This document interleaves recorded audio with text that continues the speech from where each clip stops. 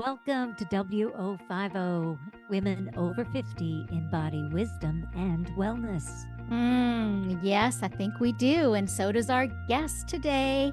My name is Corrine, and I'm here with my BFF, Eddi. And today we interviewed a very dear friend of mine and now a dear friend of Eddi's, Sarah McLean. I've known Sarah for 30 years. Our topic today is the personal guidance system, a conversation with Sarah. And we touched on a lot of different things, but Sarah is a best-selling Hay House author. She lives in Santa Barbara. I met her many years ago when we both worked for Deepak Chopra at different times. So we've been, friends for a very long time. And Sarah has a beautiful institute called the McLean Meditation Institute, where she teaches people how to teach meditation. And it's just the most beautiful program that she's developed that I've been a part of in the past. And then we talked about so much more. Oh, she's a beautiful human being. I can't thank her enough for taking the time to talk with us. And you meet people and you feel like you've known them, your whole life. So I love that you shared your friendship with Sarah, with me as well. And I really, really am so thankful for her time. And we did talk about a lot of stuff and about resetting and just our lives, and we touched on stories, and oh my gosh, so much. It's amazing. You got to listen to this one. Yeah, you got to listen to this one. Over and if you happen to watch it on YouTube, we kind of look like sisters. All three of us we could be a trio, a music group. Like honestly. All right, everybody. We hope you enjoy it as much as we did. Hello, welcome, Sarah. So fun to be here. Thank you. It's fun to be here with you and Eddi. Thanks, Corrine. I've been telling each other about you, like I've known both of you for 30 years, but this is your first time meeting the two of you. It's exciting, really. She looks like a cousin. I feel like I know you already, even though we've spoken of each other for years. Well, Corrine has spoken of you many, many, many, many times, so I feel like I know you. Yeah. I'm really glad you two are getting together and doing this podcast. I know you do retreats sometimes and travel together sometimes and support each other, especially through COVID. But I'm so glad you're doing something that we all can be a part of. Yeah, I'm thrilled that you. I always love having conversations with you. Even we caught up on Friday for an hour, and it was just so fun. And I'm happy now to be able to share you, on the podcast and have you come and share your wisdom. And you're so well spoken, Sarah. You make me pause even a little bit more. You help me to slow down and be more reflective too. And so, that being said, we are talking about the pause, and as Sarah calls it, you're going to talk about today the personal guidance system that we all have. Right. Well, I know our conversation offline was a little bit about my Meditation Teacher Academy, which is really my, I have to say my baby, my favorite child. I've done a lot of programs, written a lot of books, but I think what I'm most proud of in my life is the Meditation Teacher Academy and certifying and teaching teachers to have so much confidence in going into any situation and teaching meditation, teaching it in a way that people fall in love with it. But then, gosh, during COVID, I kind of overextended myself while everybody else was taking a reset and putting their feet up and working from home. And I found myself almost like a person in the military called into action. And what I ended up doing was I ended up guiding and offering free meditations online for over a year, every day. Right. Every day. Yeah. Yeah. And it was, I felt the assault of, the various inputs, whether it was from the media or people or the fear, I felt them too. But I was in the military when I was a younger person, and I was a medic in the military. And maybe on some level I was kind of called to help with the trauma. And I know that's true. But what ended up happening was after all my teachers had finished, I had 2 classes going on. And after I finished this online meditation program for a year, I found myself to be saying to certain people, I'm going to retire. That's it. I'm going to retire. I'm going to retire. I didn't even know what I meant, but it felt really good. And but then, and I can deconstruct this more for you, but then I found what wants to happen. Sort of, it was like I cleared, and you're a gardener, Corinne, and it's like when the harvest is over and you let all the plants kind of die into the soil, and then you kind of clear it away in the spring for your next planting. I think there's certain things, there are volunteers that come up sometimes that you actually want to keep, like this tomato plant that I absolutely love. And so I feel like I just cleared the soil and see what wanted to emerge. And so I came out of retirement. I never was really in it, but what I was in was a pause. I was in a pause. I was in a Yeah. pause from the shoulds that I had imposed on myself. Yeah, because I know I was a bit a part of that on the peripheral. You did one of your trainings here at Ivy House Yeah. before COVID, and it was amazing. Like, you know how to put a course together better than anyone I've ever. I mean, just impeccable, impeccable training. If there's anybody listening that wants to be a meditation teacher, this is the best of the best training. You'll feel so confident. So I was privileged to be able to assist Sarah in one of her trainings that she had here at Ivy House. And but I also saw how much work, you were putting into it. And sometimes I think in projects, we have a passion project, put it together, and there's almost no time to hit a reset or to do things differently. Like, once things are going, once the horse is running, it's like, how do we do things differently when it's running? And so I felt you, and as your friend for so many years, I wanted you to look after you, even though it was such a beautiful service that you were doing for people. And so I was thrilled that you looked after you and you listened to your guidance system to hit stop for a moment. Yeah. And, Yeah. and, Well, oh, go ahead, Sarah, Eddie. it's a beautiful thing that a lot of women, when they hit midlife, they don't allow themselves to take that pause or that time to reset, but then they realize they have to, and they spend, that first half of their lives, they're raising their children, they're creating a life, a career, they're establishing a lot of things. And then whether you want it or not, that reset time is going to happen. Something's going to It's make just it happen. no, and it's going to happen. It's beautifully designed anyway. Us women get to hit menopause or perimenopause or postmenopause, and it's interesting how it's all around that same time. You love what you do, right? You Yeah, love absolutely. Absolutely. everything that you've done, and what's beautiful, like when I was reading some of your history, is that when you work even in the military with PTSD, a lot of the literature now coming out is that there's PTG out of that, post-traumatic growth. Oh, I never heard that. I love Isn't that that. beautiful? Yes. I heard this from, I didn't make it up, it's not my, it comes from somewhere, but I heard it. And this guy who deals with a lot of trauma, he said, from trauma, there's growth. And we call this PTG. And I'm like, oh my God, I got to throw this at Sarah. Oh, I love it. Well, it is true. I mean, for most of us, if what doesn't kill you, what's that song? What doesn't kill you makes you stronger. Yeah. Kelly. Uh-huh. Yeah. But there was a point where it's like, stop the world. I want to get off. What Yeah. kind of job did I create for myself? It's a job I loved, but I felt like I was trying to do too much. And I identify as a woman who owns a boutique training program. It's not for everybody. It's not like some of the ones that send out those 10 emails a week or the 10 Instagram posts a day. It's not for people who just want to be one of a number of people. I mean, what the kind of information and support they get from me and my team is really deep, and it's deep personal work to go from a meditation practitioner to someone who's willing to stand up in front of others and say, look, I have your back here.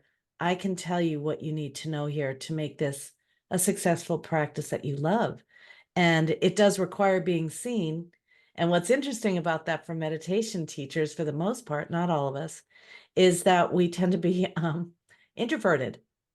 We tend to be introverted. So introverts regain their energy from taking a pause, from spending time alone. Meditation teachers and meditators tend to be people who like to do that. So, and then if you get popular, if you have a lot of students, or you become a little more successful than you had planned on, then it can be a 24/7 mental experience. And that was, I think, what was exhausting to me. And so anyway, like I said, what wants to happen is in my case, this program wanted to happen. Again, there were plenty of people calling me and emailing me and wanting to be a part of it. So I'm starting it again, and I'm trying to do it in a more sustainable way so that I don't get exhausted. And one of the things I did do during my pause was I went to 2 different retreats as a participant, and I went on one in Italy at Assisi, and kind of in the silence, and it was a meditation retreat, and I was kind of following the life of Francis of Assisi, and really trying to understand his motivations and the trials and tribulations in the PTG that he went through, and as we all do, and just really just being immersed in his love for God, love for humanity, and his translation of his awakening into service. And the same was true. I went to another retreat as a participant, which is very challenging as a person who's been running retreats for 30 years.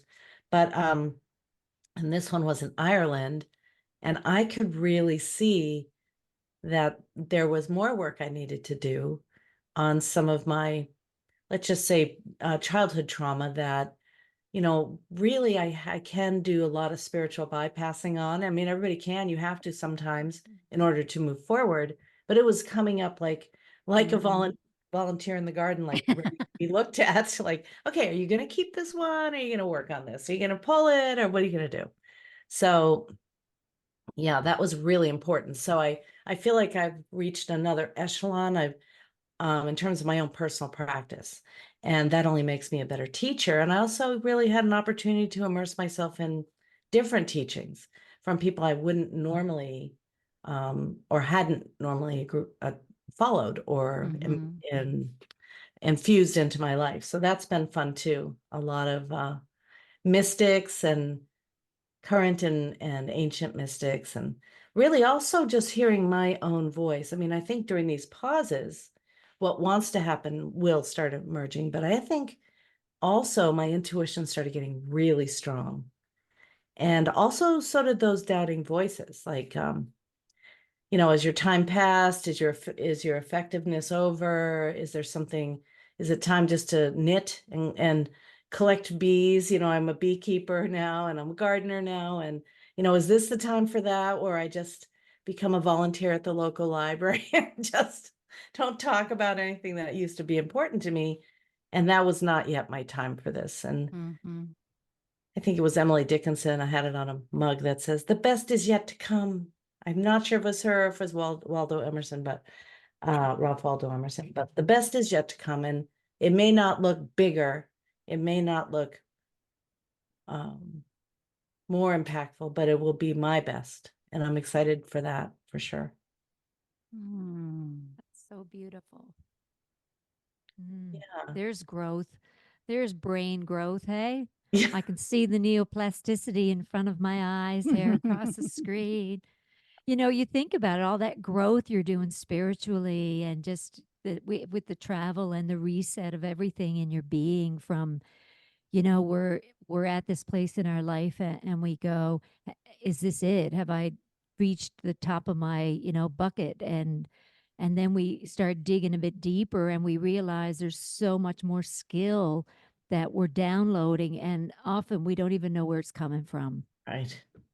It's Exactly. beyond us, right? I mean, you did Francis of Assisi, and he had little rabbits and birds and everything around him feeding into his energy, Yep. and you get into these holy lands and these places where ancestors have walked. Oh, so much, right? There's so much that there's no words sometimes, right? Right. We just have to allow it to happen. And Yeah, the growth's exponential. Right. It really That's was. And making time for that. So that's a question I have for, I know that you're probably all meditators. I am anyway. I know Corinne probably is too. And of course I make my anywhere from 19 to 22 to 28 minutes twice a day, as that's sort of a non-negotiable. Well, not sort of, it is a non-negotiable. And, I do like to spend time before I get up out of bed, kind of making my setting an intention, but it's more than that. It's just like making this commitment to being present, kind. Maybe some days I'll say, and today I'm really going to be on the lookout for miracles. I want to feel the magic. I really just kind of a moment of communion with God, and not in any formal way, but just before I get up to do whatever is next.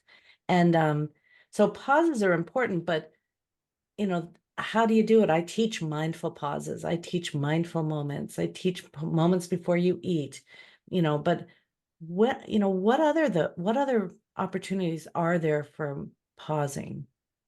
That's a question I have for you. When do you pause, and do you pause for more than a moment, or 3 minutes, or 28 minutes twice a day, or whatever it may be? Well, Corinne, you should speak first because I know she pauses a lot more than me. I do pause and I do meditate and uh, but you go first, Corinne. Eddi has a very, very full life. She's got 126 first cousins.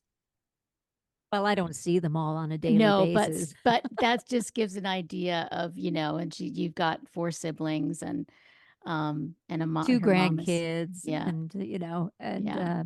a wonderful partner, and we hike and we're outdoors and we're always active, and I've just picked up pickleball in the past year, and life is delicious, right? And I have a wonderful client base and beautiful patients and a lovely musical life. And She's a musician as well. Yeah. I do pause and reset quite a bit, and but I'll let Corinne talk first. But wait. I'm going to pause Here's right now. there's all the doing. She just listed all the doingness, I know, I heard that. right?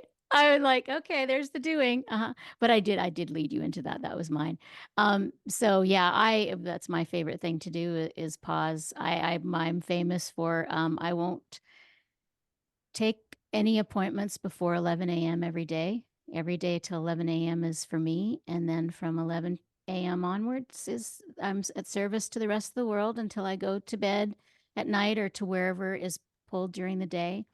And I don't miss my morning meditation. That's in usually an hour in the morning. And I'm gardening. I get out as much as I can, and that's very peaceful. Actually, I've had people that want to come and garden with me, but really they just want to come and spend time with me, and I'm like, no. Not unless you're pulling those weeds. Exactly. And Building that trellis. exactly. There's so much to do. So I don't have a problem. For me, it's kind of the opposite. I have to force myself to even to go out with friends or whatever, because I could stay home forever. I love Ivy House, but it's no, I just really appreciate the pauses and the stops and the reset. And I've been able to flow into many different formations of my life, I feel, because of that. So I love your wording, Sarah. That you say, what is it that you said about 4 or 5 times now about feeling the pull? What was it? The inner, Oh, just feeling what yes, what wants to wants to come happen. forth. Yeah. That's a beautiful non-secular way to, it's like feeling what wants to come forth, like even just pausing and feeling that. And Yeah. I try to do that every single day. Well, I think it's really applicable to everybody's lifestyle and life.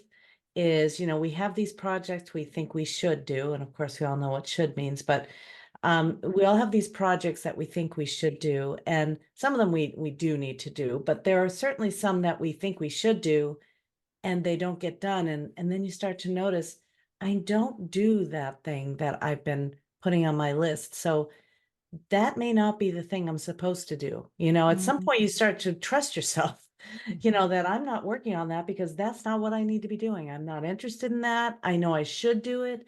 Unless somebody's life depends on it, which generally speaking, these to-do lists, nobody's life depends on, then maybe it's not for me. So really trusting your inner, in my case, I have to trust my inner GPS, which is, I call PGS, your personal guidance system, and watch what wants to happen. Be really well rested, have a life that you love. Sounds like everyone here does. And if you don't love your life and you're a listener, what one thing can you do to make it a more pleasant life? One thing. Oh, what? Go ahead. Sorry. No, earlier today I had a call with one of my patients, and it's interesting that the topic was, and that you were here today, but all about the reset. And this lady is dealing with stage 4, second time round, cancer. That's, when she was talking with me, it's not looking really good. And that whole reset conversation started because my advice, I mean, I've been in medicine and, this field most of my life, right? So sometimes the words come through and you don't even know where they're coming from. But, the advice this time to her was, let's just take a minute, a second at a time, and let's reset everything. Like, let's reset the toxic relationships in your life and the food that you are now eating. And let's go day to day with all these things, what your wording is towards what you're calling the treatments, and then going back and looking at what you've done and considering it all a failure and where it's brought you. And so it's like by the time the hour was up, everything was reset, physically, emotionally, nutritionally, spiritually. Like everything was, like I could feel her color come back into her face, and it was, that's what we have to do. Like even if it's not cancer we're dealing with, right? There's this life reset of, if it's writing a book or you're on a walk or you're going to do a run, why don't you just stop for a second and look at the ducks or the flowers that are coming up through, like Yeah. there's these beautiful pauses. They're like, I know you guys being such great meditators, and I consider myself a great meditator. I just don't sit for an hour a day. And some people go, well, I'm a great meditator. I do 2 minutes. I'm like, well, good. That's a great meditator. That's good for you. But I want to get better at it. You know what I mean? I want to, you know, just go deeper with it, because it is like learning to breathe into your body, or learning to make a delicious recipe with natural ingredients, right? It's all just this, right? It's just this Yeah. cellular reset that you're just breathing life into yourself on every level. So we have to, yeah, Yeah. give ourselves a Beautiful. little yummy.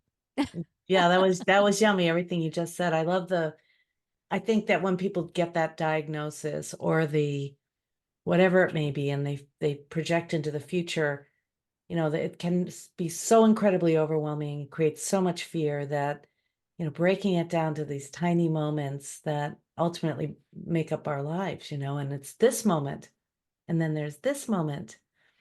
Yeah, mine is really letting go of a lot of relationship behaviors. The relationships are fine as long as I take care of myself, they'll be fine. But sometimes just taking a break, going, I really don't like to be talked to like that. Going, that's just not going to work for me. And doing it in such a way that it's just a fact rather than some sort of reaction. That's really important for me. But one of the pauses that I feel like was missing from my life, um, well, I'll try and give you an analogy, but first I want to say it's celebrating the wins, and whatever the wins are. I mean, obviously everyone wins. Those are the wins I like. But can I celebrate a win? Can I celebrate the fact that I had a beautiful day? Can I celebrate that I got a chance to be on this podcast? Can I celebrate that I made a delicious meal for some friends the other night? Can I celebrate my success in terms of, or the collective success of the people that I certify? Can we celebrate an amazing blossom coming out of my Australian, what is it, kangaroo paw. You know, I have these wild plants out in the front. Or can I celebrate the first time I see my California poppies sort of explode with color? So I feel like that I want to celebrate more, and I don't think I did that during that time, and feel like it exhausted me. It's a Mm. savoring, isn't it? Yeah. It's a savoring. That's what I hear from you. You're savoring. Hmm. Yeah. One Yeah. of the And I have to remember to do it. So that maybe well that's that's something I would yeah. do at night. You know, sort of savor my, you know how they Deepak Chopra would call it recapitulation, recap your Mhm. day. Well, what I could call it I let's call it vitamin S and vitamin G. So vitamin G is gratitude and vitamin S is savoring. Okay. I'm into it. Me too. So I the like the savoring is moment to moment, you know, and it can come complete with gratitude. Yeah. Yeah. Yeah, it's that I'm putting beautiful. that in my PGS. Exactly. Exactly. But it's been, you know, there's a lot of, I think when we make when we make a change, like the woman that you were talking about with her cancer, or maybe someone like me who's decided to take time off and then restart again, there is a little element of, I feel like I have to defend myself in some personal way. And I really Mm. try to avoid that because I feel like Mhm. this is it. This is how I'm showing up right now. And without an excuse, without, I mean, I'm happy to share the lessons that I'm happy to do. But people going, where were you? Jeez. I just say, I'm right here. I was right here the whole time. Yeah, exactly. Because I don't really want to explain myself or make excuses for my choices. You know, growing up with had a great teacher. She's still alive, my mother, who says things like, I wouldn't do that if I were you. Why would you do something like that?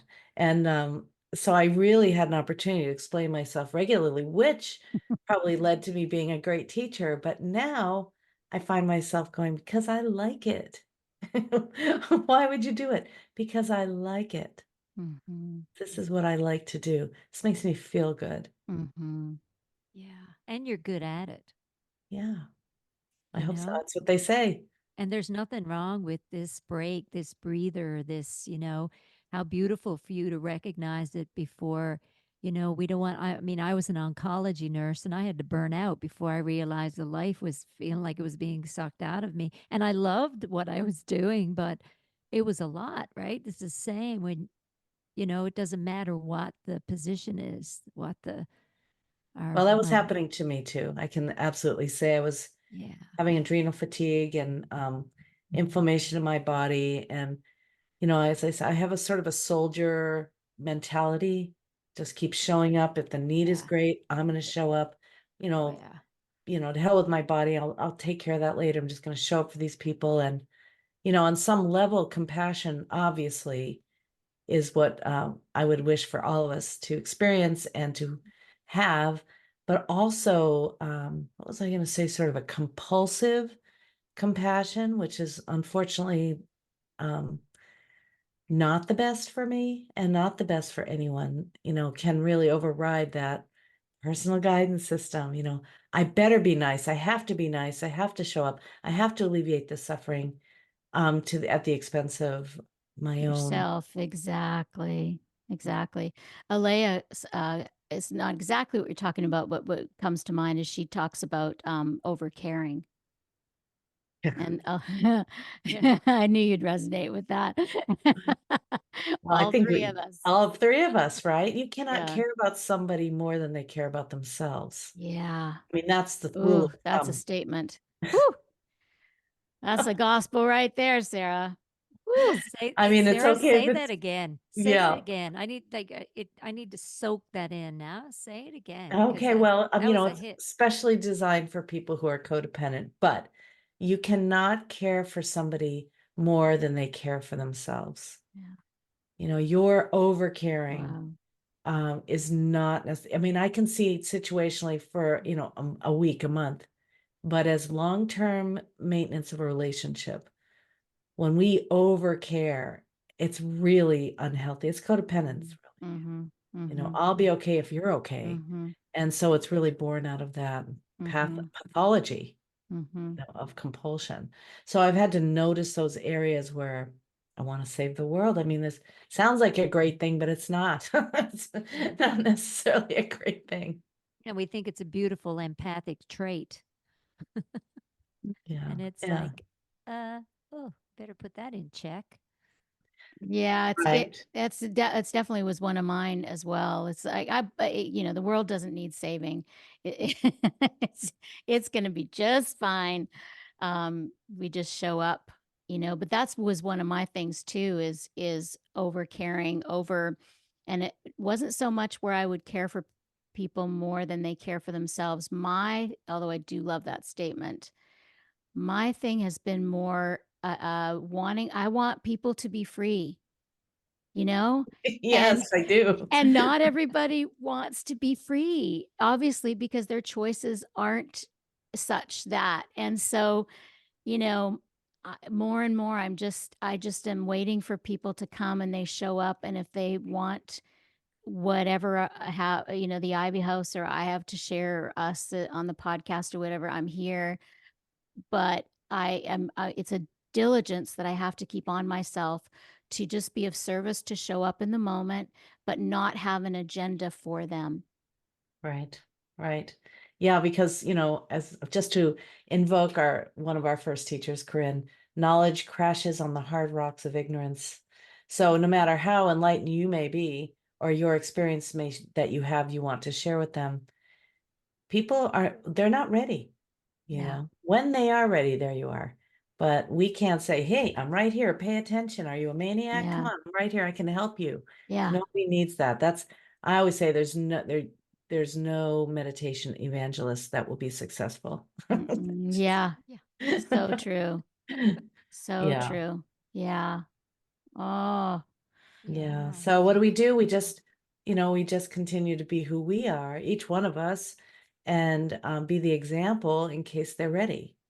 And that's the compassionate thing, is not to wake someone up before they're done dreaming or whatever it is they're doing. And yeah, I know. And I do want people to wake up to the wonder and beauty of this life, to this amazing planet we get to live on, to all the miracles, and to the invisible realm of love and compassion and intelligence and vibration and light that is caressing us all the time, is here for us all the time. And the being too busy thing, which many of us wear as a badge of honor. Look how many emails I got. Let me text. Look at me. Look at how many followers I have.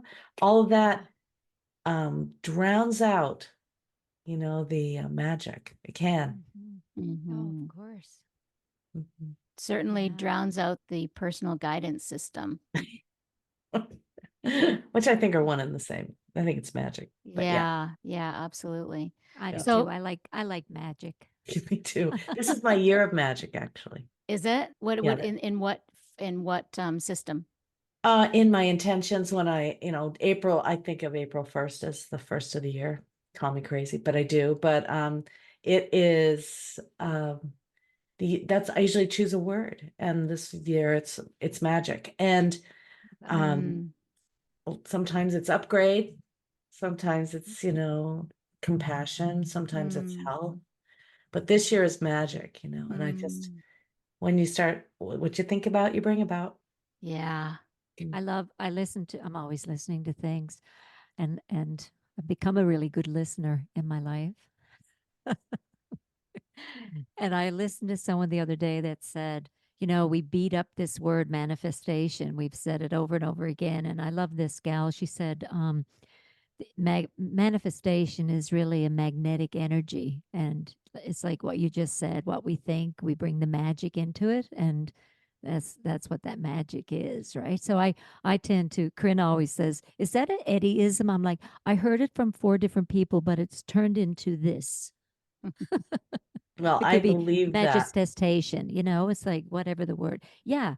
Like we hear it and we download it in our own way, and we hear it in our own way, right? Yeah. And then we say it in our own way in a different context, Yes, we could all write a book about magic, and we would have readers from all walks of life. One might not get my book, but they'd understand your book, and they'd practice Corinne's book, Yeah, like right. Well, I like to saying the to same give thing. myself a break, and I think everybody should do this because it's really kind to yourself, is to say, I am not for everybody. My voice is not for everybody. My teachings, they're not for everybody, but they are for the people that um, vibe with me really. Mm-hmm. And I remember when I first wrote my third book, which was called The Power of Attention. No matter how many times I would tell someone the title of my book, and really I'll tell you more about it if you want to hear, but they would always say, "Oh, Wayne Dyer wrote that." I go, "No, he wrote The Power of Intention."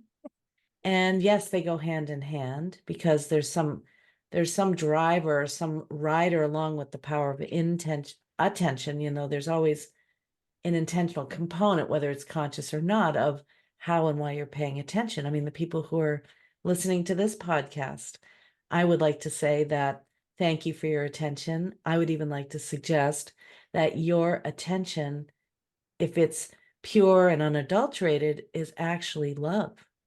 I believe attention is love when delivered without a lot of without the contraction of judgment or competition or jealousy or anything else you might have that attracts it. It's really that mindful attention that is paying attention on purpose in a particular way without judging or evaluating as good or bad, but simply receiving the moment. And that's something we can all practice. But the power of attention, people just wanted Wayne Dyer's book instead of mine. They wanted to not hear me. And what, as a meditation teacher, quite often we are talking about attention. Really, what am I supposed to do with my mind? How am I supposed to pay attention? What am I supposed to pay attention to? And when we start to deconstruct attention, well, the first question that comes to me, to my mind was, well, where does it arise from? Where is this attention? Everybody's talking about the attention deficits or the ADHD or the whatever it may be, the partial continuous attention or whatever it may be. And I go, well, where is that attention arising from? And when we ask that question, it's definitely a pause. And you get all kinds of answers. And I'm actually, there's no right answer. So it's not a quiz, but it's a mental journey maybe, or a spiritual journey to ask, where does my attention arise from? What is the source of my attention? It's an inquiry, as It's the an Mayo inquiry for would sure. say. It's an inquiry. It's actually a koan too, because in Zen Buddhism, a koan is one of those questions that's seemingly impossible to answer, and this stops the mind. It's like, what was your face before you were born? Yeah. Or Yes. what's the sound of one hand clapping? Or whatever it may be. They've got these obscure Or stories. who were you before you had your name? Right. Yeah, and that must get asked to you a lot, both you guys as teachers. Um, and people say that to me when I say to them, okay, you need to meditate, let's start with 2 to 5 minutes and go from there. And they'll go, I can't stop my thoughts. And I'm going, okay, here we go again. It's like telling someone to stop eating white sugar. Don't you get it yet? And then because I'm at this point in my life, but like you said, you need to see people from where they are, right? People are doing the best where they're operating from. And yeah, it's like, can you stop the thought? So I'm like, why, how are you going to do that? It's like trying to stop the air going into your lungs. Like, Right. It's the nature of the mind to think. That's yeah. it. And you're going to stop it from its nature. Let's stop your breath from its nature. So instead we have to learn to kind of coexist with the mental gyrations and still meditate. And there are all kinds of practices for that. But yeah, the power of attention, and really back to what you think about, you bring about, for sure, but also just recognizing that, and you already do it, both of you already do this, where, to operate as a teacher or a healer or a coach or anyone in the business of helping others, we really do have to be other-centered regularly in our words, in the way we teach, and really have a genuine compassion for the people who are in need, whether it's for healing of a cancer treatment or from navigating difficult emotional moments in their lives, or to find peace in their nervous system. So, and to really not, and this is a challenge maybe for some of us, but to not make it about us, making it about them and meeting them where they are. And so that is also a challenge, because then, okay, you got to put your oxygen mask on first, and then the ways in which you do it, that's equally as important as the person who's sitting across from you with cancer, I'd have to say. Yes. Or the person sitting across from you learning to teach meditation, because that sounds similar to what you teach your students. Right. And of course, the person that's perfect for you to help you become self-realized is the person in front of you, whether you would have chosen that or not. Yeah. Just like how Sarah refers to her mother as one of her greatest teachers. She's my guru. She's your guru. Yep. Yes, my daughter is one of my greatest teachers. I started calling Eddi's daughter her India. India. Yeah. Could be, and some people who love to ask these questions, I'll just ask it because somebody may need to hear this, but if there is a sort of a heaven and everybody's up there trying to figure out what their next incarnation is, would it be easier to be incarnated as the hellraiser or the impossible person, or the addict or the alcoholic or whatever it is, the impossible person? Or would it be easier to be incarnated as the mother of that impossible person, or daughter of that impossible person? I don't know if I'm making sense, but what would be the most compassionate incarnation? The difficult one, or the one who has to live with the difficult one? When I ask this of myself, and I probably should do it again in a real quiet time, but I realized my mother took on the role of this, I'm not going to go into too many details, but this wild person that doesn't have a real center and is willing to sell her values, let's put it that way, generally speaking. And that is very compassionate for me, because I get to learn so much from that. I mean, there's two trajectories. You can crash and burn having a parent like that, or you have that, what were you saying before, the PTG? Yeah. The PTG. Yeah. I think that's a beautiful, the growth from trauma, when you think about how we live our lives, and those, I think, yeah, it's amazing, those who have grown from trauma, and some stay stuck, but until they find the help or the right teacher or guide or support. But when you get it, that you don't stay stuck in that trauma, that there is growth from that. A flower gets stumped on, and little bud, my God, it pokes its little head right out of that soil again. It's as long as nobody else keeps stomping on the little head of the flower. But there's that growth, and sometimes through unbelievable odds, right? And life is like that. And this is why these resets we get to do, we have to pause. We have to take that moment to just breathe into it and do the deep drink, right? And don't leave yourself. Don't leave yourself during the difficult moments. Everybody else might leave you. Don't leave yourself. And it's all too about timing, because I don't believe that some of the issues that I've personally been addressing over the last couple of years were, I was not quite ready to address them. It's really deep excavation stuff. So, really not trying to make, it's like each one of us is this beautiful blossom, and I'm growing roses right now, which are amazing. But some of them were just, they're like these buds, and then right next to them is this giant, beautiful flower. And sometimes I'm tempted, if I'm cutting a bouquet, to kind of go, okay, now let's open up this bud too. And that inevitably does not work.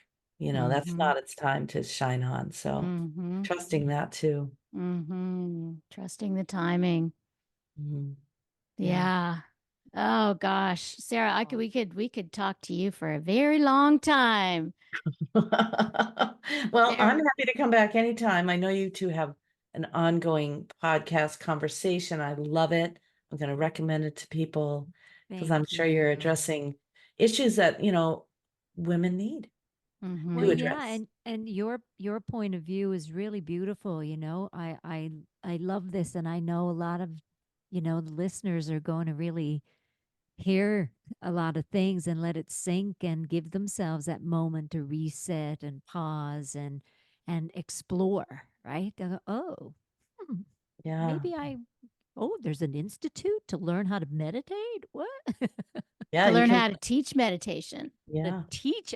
That's what I mean. Yeah, to teach meditation. And I also do have an online course that I'm about to put up that I professionally did. And you can probably tell your clients tell your clients that it's there for them if they want to learn, because I spent I know you probably read it in my bio, but I spent many, many years seeking the secrets to such a wide variety of meditation practices because I wanted to know the very best. I'm really into mysteries, and there is mystery around meditation for sure. And what I found is, just like if you examine any human, that we're so much more alike than different. But, we might show up looking differently, having a different name, having a different modality of operation, having a different culture. But there's so many commonalities with these various mystical meditation practices. And I think one of my favorite things to do is demystify meditation so that it doesn't seem out of reach, because I think many people think it is. How do I deal with this mind? I can't stop thinking. I'm worried about my kids. And it's that practice. They just have to realize it's that practice. It's like you brush your teeth. So, like my grandkids say, why do I have to brush my teeth? I said, you only have to brush the ones you want to keep. So with meditation, you want to Yeah, that's debunk, so funny. clear the mind. Yeah, Just keep doing it, keep doing it, keep doing it. Because one day you have that magical, beautiful, mystical experience that you go, what just happened? Is that meditation? exactly. That's not going to happen every day. No. When I was diagnosed in my 30s with cancer, and I was working, fortunately, with Deepak Chopra, who was a trained endocrinologist, and I had thyroid cancer, which is an endocrine cancer. So I was so grateful, and I was so honored to be with him. And I go, well, I want one of those, mantras so I can have one of those spontaneous remissions. And he goes, the thing about spontaneous remissions is you cannot plan on them, so you can't plan on when the miracle is going to happen. You can be on the lookout for it. So he said, you get surgery. Here's a mantra, but go ahead and get surgery anyway. So that was a good lesson for me, because a lot of people want the miracle, and when's it going to happen? And I'm waiting. And the miracle may come, but you might miss it by waiting, actually getting distracted. I love this idea that, like, we can't make ourselves wake up, even though there's no there's no enlightenment per se, but there is like this constant awakening, but we can't make it happen. But what we can do is make ourselves available. Right. That's all we can do. And we make ourselves available by pausing, by perhaps meditating or gardening, becoming more mindful, becoming more aware, all these things that we've talked about today, listening to the PGS. This is what all three of us are all about, and what's brought us happiness and what we love to share. Yeah. Isn't it beautiful? We all learn something every single day, every day. I'm never surprised anymore. I'm just so in love with the learning, and like it's like, oh, I didn't know that. And remember when we were younger, we were like, oh yeah, I knew that. Uh-huh. Yeah, I knew that too. Yeah, I'm gonna I better read up on Sarah before she comes on so I know everything about her, you know? And now Yeah. it's just like you know, now I'm like, I get online last night and I'm looking at stuff and I'm like, holy shit, she's done some load of shit. I've Whoa. done a load of shit. Whoa, Exactly. what a pile of wow, I can't wait. Corinne was right. She's an incredible woman. I like a good mystery, and I'm usually on an adventure, and I love to discover new things. I really do. And I'm a real I resist labels. I know people want to say, "Oh, you're this or you're that," but I know in the world I'm in, and probably the world you're in, Yeah. there are no boxes to check off going, well, I do this exact thing, Mhm. and I like to, I'm not saying I reinvent myself because I'm not interested in that, but I want to learn something new every day. And I really finally get when people used to come into my meditation classes when I was in my 30s, they'd be in their 60s or 70s and go, I'm a lifelong learner. I'm like, well, good, but isn't everybody? But not necessarily. Yeah. And so the That's pause true. button gives us that opportunity to go, okay, what do I really want to do? And can I meet those voices that say, you know, you don't do that. That's not who you are. You can't possibly do that. You're too old. That's not for you. All those voices, they come in and then you can go, well, who would I be without that thought? I go do Mm. it. I just did that the other day, Yeah. taking care of these horses. I've never taken care of a horse in my life. And this woman said, will you take care of my horses when I'm away? I'm like, yes. And then I figured out how to do it. But it's just fun to be fearless. It is. Yes, I love that. One of my favorite movies, Jim Carrey, The Yes Man. I have to Yeah. see it. Yeah. And I The think secrets it's the secrets of the centenarians is to say yes to things, even if it gives a little fear. It's like, okay, we can always ask for help, but it's how we learn. And this is the lifelong learning. I love the word curiosity and I love the word magic. And those two words are in my life always. And learning, Corinne knows as long as she's known me 40 years almost, I love learning. I just love it. So Well, hopefully somebody learned something from this podcast, right? I think they will. I just know I loved talking with you today and that, you and Corinne have been friends, quite a long time and you've taught some of the best meditation teachers out there, I think. And yes. some I hope so. I hope so. I yeah. mean, that's my goal. So, I mean, we all have a goal, like altruistic goal, I would imagine.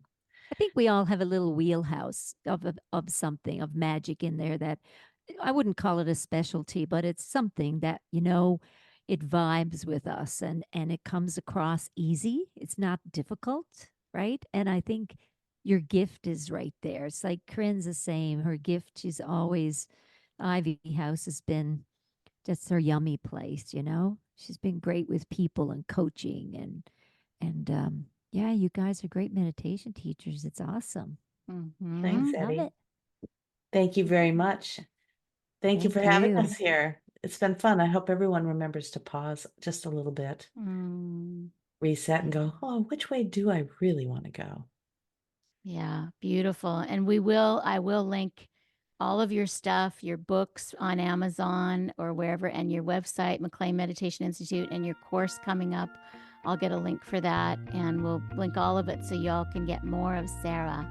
And your movie and your film and your directing debut and Well, I am in 5 movies, so Yeah, that's she is. Mm-hmm. wow. You Yeah, pulled she's that at one Hay out. House and she's in movies. Oh my goodness gracious. yeah, We're so but lucky. I'm just like everybody else. I Yeah. just happen to have those experiences, but I didn't have the ones that everybody else has had. Mm-hmm. So and we all get to do this life the way our GPS tells us to go. Yes. Where we're being drawn. What's that wording again? What's pulling us? What wants to happen? What wants to happen? I've got to remember that. I just love that so much. What wants to happen? Everybody remember that. That's our mantra for the day. Well, yes, right. because I believe that God lives through you as you. Yeah. And what wants to happen is really God's will. Yes. Beautiful. Yeah, don't sell yourself short. Right. Yeah. Mm. Yeah. Love it. Love you now. Thanks. It's been fun to hang with you guys. All right. See you next Take time. care. Thank you. Bye. Bye-bye.